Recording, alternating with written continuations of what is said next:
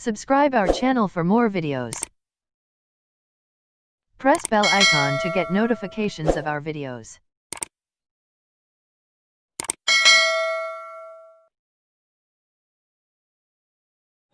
नमस्कार दोस्तों, स्वागत है आपका हमारे YouTube चैनल महेश प्रजापति में। आज हम करने वाले हैं 10th क्लास अलजेब्रा का 4th लेसन फाइनेंशियल प्लानिंग, जिसका करने वाले हैं प्रॉब्लम सेट 4B। इसकी पिछली वीडियो हमने 4B का पार्ट 1 किया था, जिसमें क्वेश्चन नंबर 1 to 5 लिया था। आज हम करने वाले हैं पार्ट 2, जिसमें करने वाले हैं क्वेश्चन नंबर 6, 7 और 8, और लास्ट हमारा पार्ट 3 होगा, जिसमें 9, 10 और 11 होगा। वो सारी वीडियो की लिंक आपको डिस्क्रिप्शन बॉक्स से मिल जाएगी। और इसके साथ में जो प्रॉब्लम सेट 4A है, उसकी भी 3 पार्ट में हमने वीडियो बनाई, उसकी लिंक भी आपको डिस्क्रिप्शन बॉक्स से मिल जाएगी, उसे भी आप जाके देख सकते हैं। तो आज करने वाले हैं प्रॉब्लम सेट 4B का पार्ट 2। तो चलिए स्टार्ट करते हैं आज की video.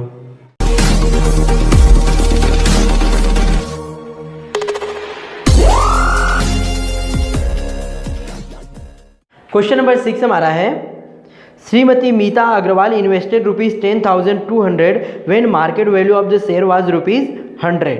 She sold 60 shares when the market value was ₹125 and sold the remaining shares when the market value was 90. She paid 0.1 brokerage for each trading, मतलब खरीदते समय और बेचते समय दोनों टाइम उन्होंने ब्रोकरेज दिया है। Find whether she made profit और लॉस एंड हाउ मच, मतलब बताना है कि उन्होंने प्रॉफिट कमाया है कि नहीं कमाया, कि लॉस आया है वह कितना है। बहुत इजी है क्वेश्चन, इस तरह क्वेश्चन हमने एक्सरसाइज में किया है। तो यहाँ पे देखिए फर्स्ट हमें क्या करना है, टोटल उनका इन्वेस्टमेंट कितना है 10,200 है, और उस 10,200 में उन्होंने कितना शेयर परचेज किया है वह हमें पहले फाइंड करना पड़ेगा। तो उसके लिए क्या होता है formula, number of shares is equal to total investment upon market value of 1 share. एक शेयर का मार्केट वैल्यू कितना है 100 है। चलिए लिख लेते हैं, पहले हम नंबर ऑफ शेयर्स निकाल लेते हैं। क्यों निकालना जरूरी है, क्योंकि यहाँ पे 60 शेयर्स उन्होंने क्या किया है, अब बेच दिया है, और जो रिमेनिंग शेयर्स था उसको उन्होंने 90 के भाव से बेचा है, 90 रुपीज़ के रेट से उसको बेचा। तो पहले हमें क्या करना पड़ेगा, नंबर ऑफ शेयर्स निकालना पड़ेगा। चलिए लिखते हैं यहाँ पे total investment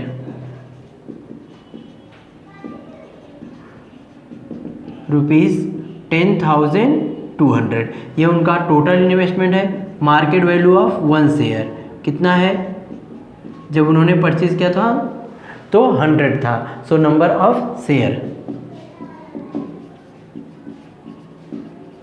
is equal to total investment upon market value of 1 share. Total investment कितना था उनका 10,200, और एक शेयर का वैल्यू कितना था 100। 0 से 0 कैंसिल, 0 से 0 कैंसिल, नंबर ऑफ शेयर्स कितना हो जाएगा 102 शेयर्स, मतलब उन्होंने टोटल 102 शेयर्स परचेज किया था। और अब ये शेयर परचेज किया तो एक शेयर, इतना शेयर उन्होंने परचेज किया, तो एक शेयर के ऊपर उन्होंने कितना दिया है ब्रोकरेज 0.1%। तो अब हम उसका क्या निकालेंगे, जो उसकी टोटल उनकी परचेज वैल्यू थी वह निकालेंगे, मतलब उन्होंने कितना पैसा खर्च किया ये 102 शेयर परचेज करने के लिए। तो हम लिखते हैं यहाँ पे ब्रोकरेज रेट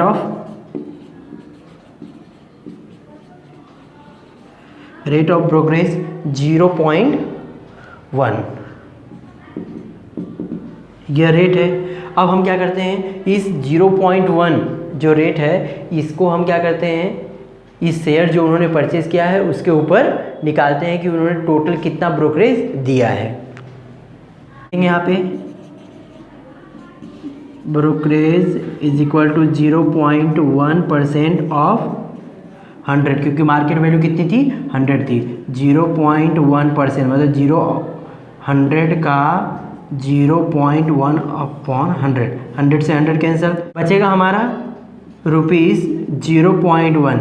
एक शेयर पे उन्होंने कितना दिया है 0.1 पैसा दिया है, 1 रुपया दिया है। तो यहाँ पे कितना हो जाएगा, ये टोटल शेयर का हम निकालना है तो मल्टीप्लाई कर देंगे, लिखेंगे ब्रोकरेज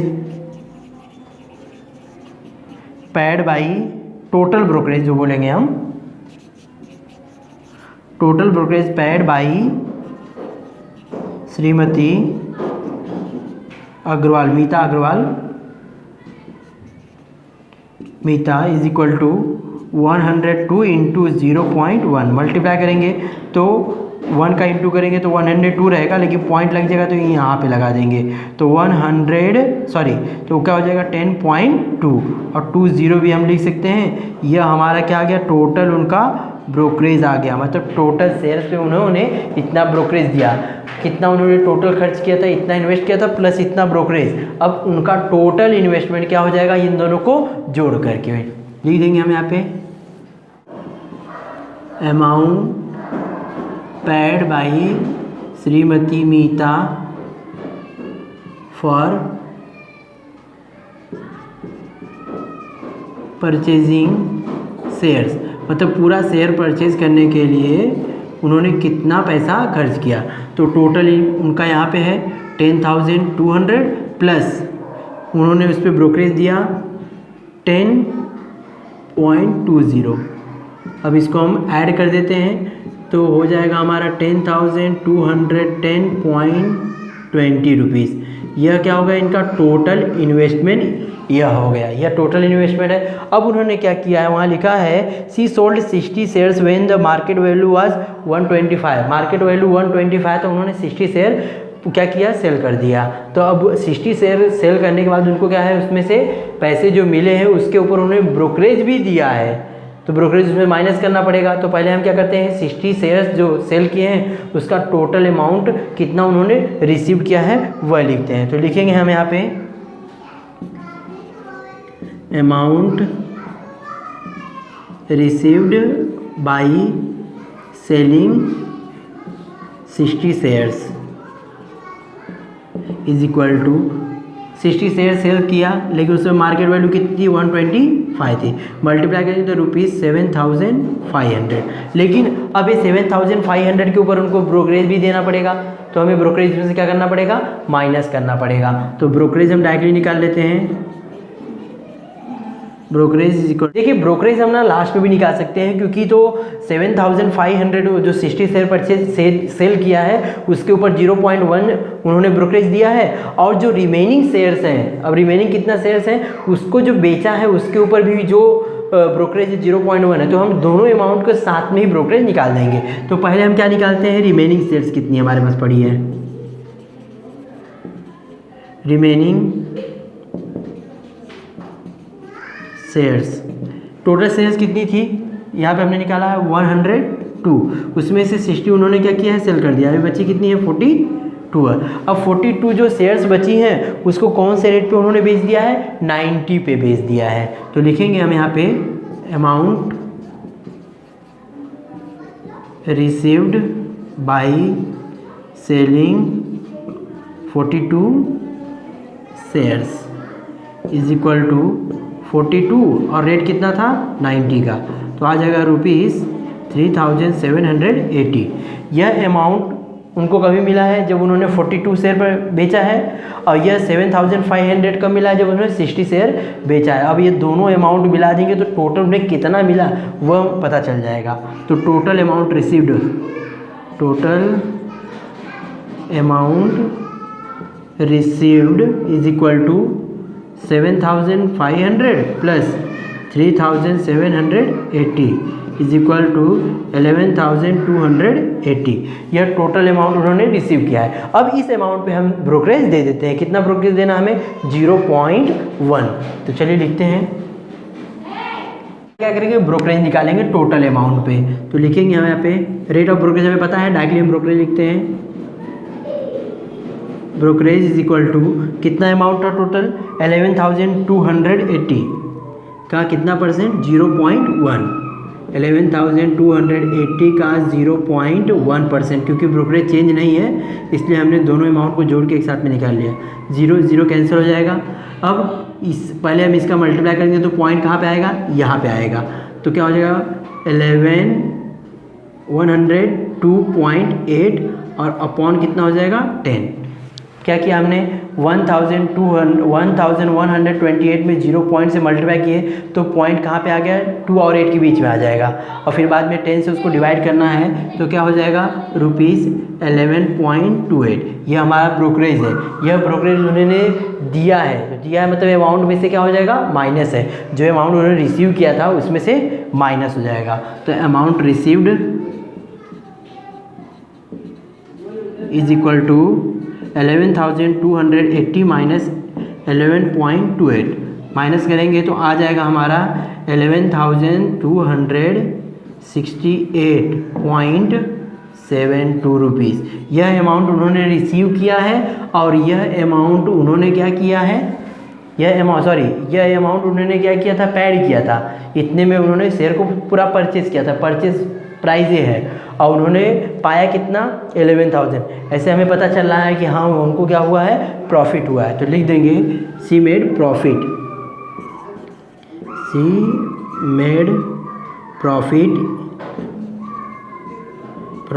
इन दीज ट्रांजेक्शन,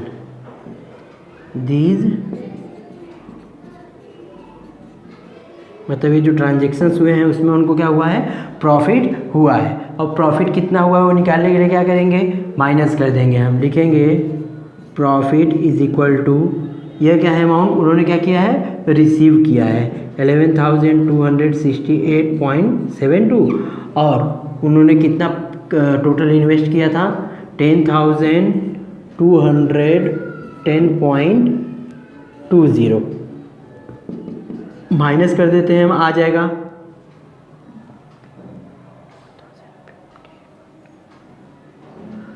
1058.52, यह हमारा प्रॉफिट आ गया। इस तरह क्वेश्चन नंबर 6 हमने कंप्लीट कर दिया।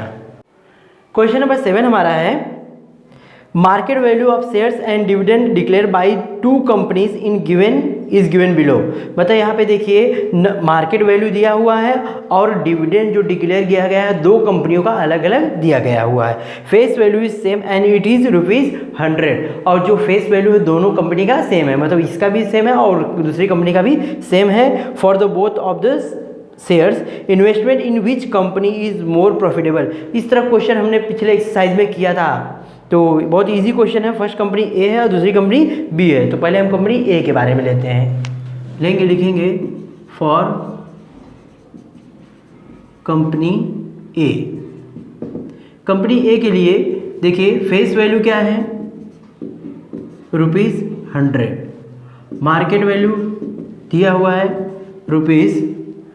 ₹132 एंड रेट ऑफ डिविडेंड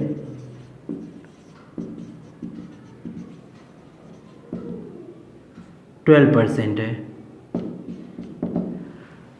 तो ₹100 अभी फेस वैल्यू जो डिविडेंड दोनों फेस वैल्यू के ऊपर मिलता है तो 12% है, मतलब कितना हो जाएगा, ₹12 ही होगा। निकाल लेते हैं हम उसको, चाहे तो डायरेक्टली भी लिख सकते हैं। So therefore dividend it is equal to 12% of face value कितना 100 इंटू 12/100, 0 कैंसिल, 0 कैंसिल, ₹12। मतलब ये हमारा क्या हो गया, डिविडेंड हो गया। अब यह टोटल इन्वेस्टमेंट हो गया। अब हमें क्या निकालना है, rate of return of company A. Directly लिखेंगे रेट ऑफ रिटर्न। इसका फार्मूला मैंने आपको बताया था, डिविडेंड इनकम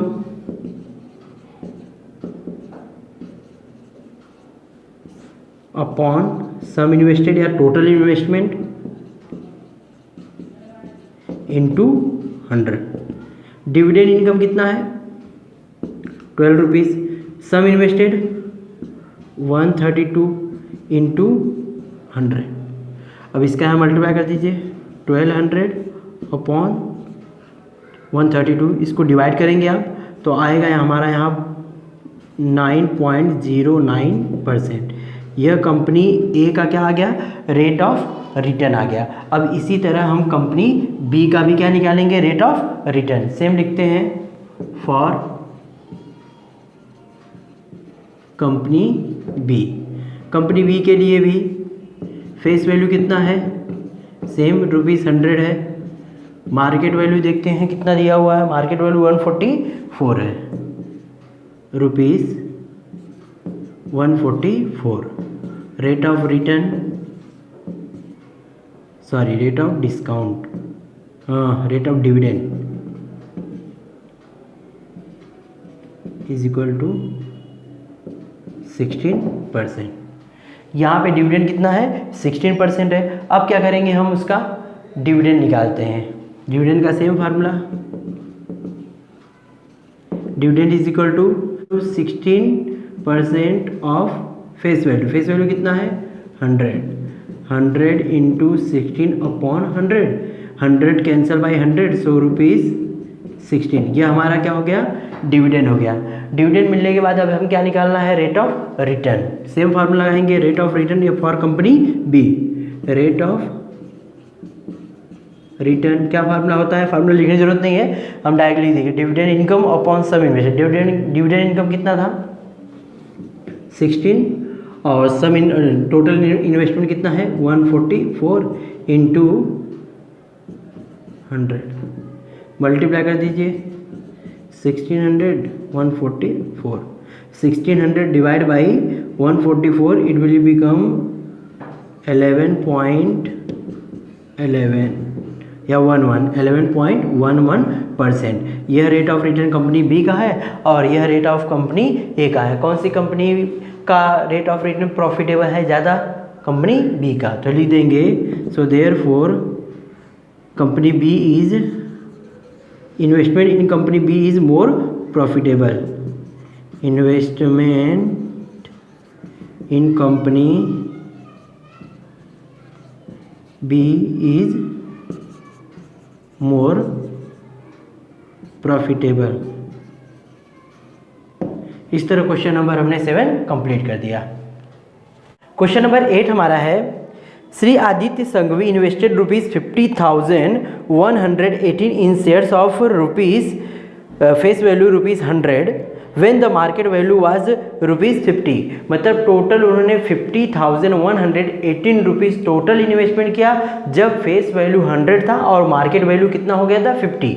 मतलब जो भी वो परचेस किए होंगे तो किस पे उनको मिलने वाला है शेयर, मार्केट वैल्यू पे, ना कि फेस वैल्यू पे। तो मार्केट वैल्यू 50 रुपीज़ है। The rate of the brokerage is 0.2% और उन्होंने ब्रोकरेज दिया है 0.2%। And the rate of GST on brokerage, और ब्रोकरेज के ऊपर जीएसटी भी है 18%। He how many shares were purchase for ₹50,118। मतलब हमें नंबर्स ऑफ शेयर फाइंड करना है। तो नंबर ऑफ शेयर्स फाइंड के लिए टोटल इन्वेस्टमेंट दिया है, लेकिन एक इन्वेस्टमेंट में कितना, एक शेयर पे कितना इन्वेस्ट किया गया वो हमें फाइंड करना है। मतलब प्राइस ऑफ 1 शेयर हमें क्या करना है, निकालना है। चलिए देखते हैं। पहले हम फेस वैल्यू की जरूरत नहीं है, directly market value. Market value कितना है, ₹50 और रेट ऑफ इसके ऊपर brokerage, rate of brokerage is equal to 0.2%। So therefore brokerage किस पे देना है, ब्रोकरेज 50 पे, 0.2% ऑफ ₹50। तो 50 इंटू 0.2/100 कैंसिल कर दे, 50 2 जा कितना, 0.2/2, 2 1 जा 2, 0.1। यह क्या आ गया हमारा, ब्रोकरेज का अमाउंट आ गया। यह ब्रोकरेज का अमाउंट कितना है, 0.1। यह ब्रोकरेज का अमाउंट हो गया। अब इस अमाउंट के ऊपर जीएसटी भी उन्होंने पे किया है, तो rate of GST, GST is equal to कितना है, 18%, और भी किसके ऊपर, ब्रोकरेज के ऊपर। सो देयरफॉर जीएसटी का amount 18% of 0.1 into 18/100।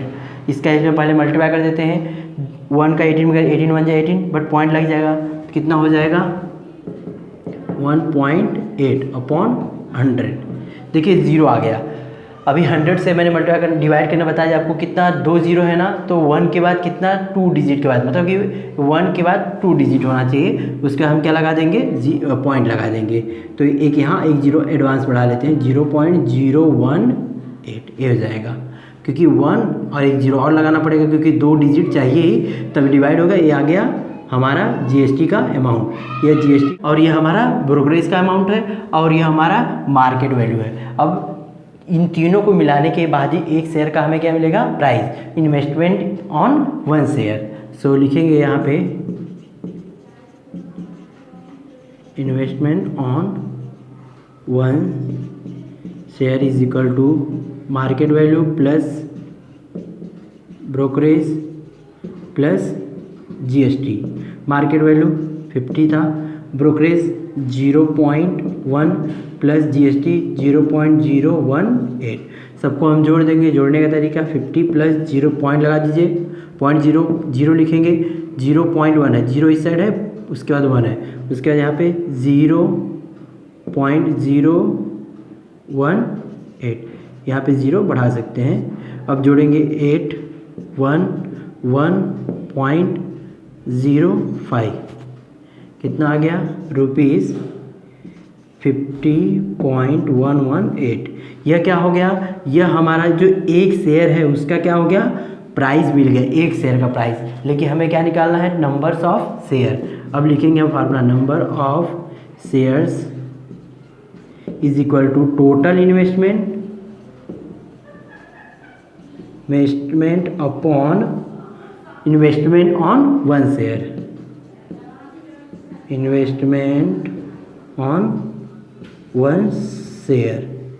Total investment कितना था, 15,118 डिवाइड बाई 50.118। अब क्या करेंगे, ये पॉइंट को रिमूव करने के लिए 1 2 3 है, मतलब 1000 से ऊपर मल्टीप्लाई, 1000 से नीचे मल्टीप्लाई करते हैं, तो 50118 ऊपर मल्टीप्लाई करेंगे तो 1000 हो जाएगा और नीचे क्या हो जाएगा, पॉइंट रिमूव हो जाएगा, तो क्या बचेगा 50118 और यह पूरा का पूरा इससे कैंसिल हो गया, कितना आ जाएगा 1000 शेयर्स। मतलब उन्होंने कितना शेयर परचेज किया, 1000 शेयर परचेज किया। इस तरह क्वेश्चन नंबर 8 हमने कंप्लीट कर दिया। यहाँ पे हमने प्रॉब्लम सेट 4B का क्वेश्चन नंबर 6, 7, 8 जो कि पार्ट 2 में था उसको कंप्लीट कर दिया है। हमारी वीडियो कैसी लगी कमेंट में जरूर बताएं। अगर हमारे चैनल पे आप नए हैं तो चैनल को सब्सक्राइब कर लीजिए और साइड में दी गई बेल बटन जरूर दबाइए, जिससे कि आने वाली एजुकेशनल मोटिवेशनल एजुकेशनल टिप्स की वीडियो लगातार आपको मिलती रहे। यह वीडियो अगर आपको अच्छी लगती है तो अपने दोस्तों में शेयर करना ना भूलें। Thank you.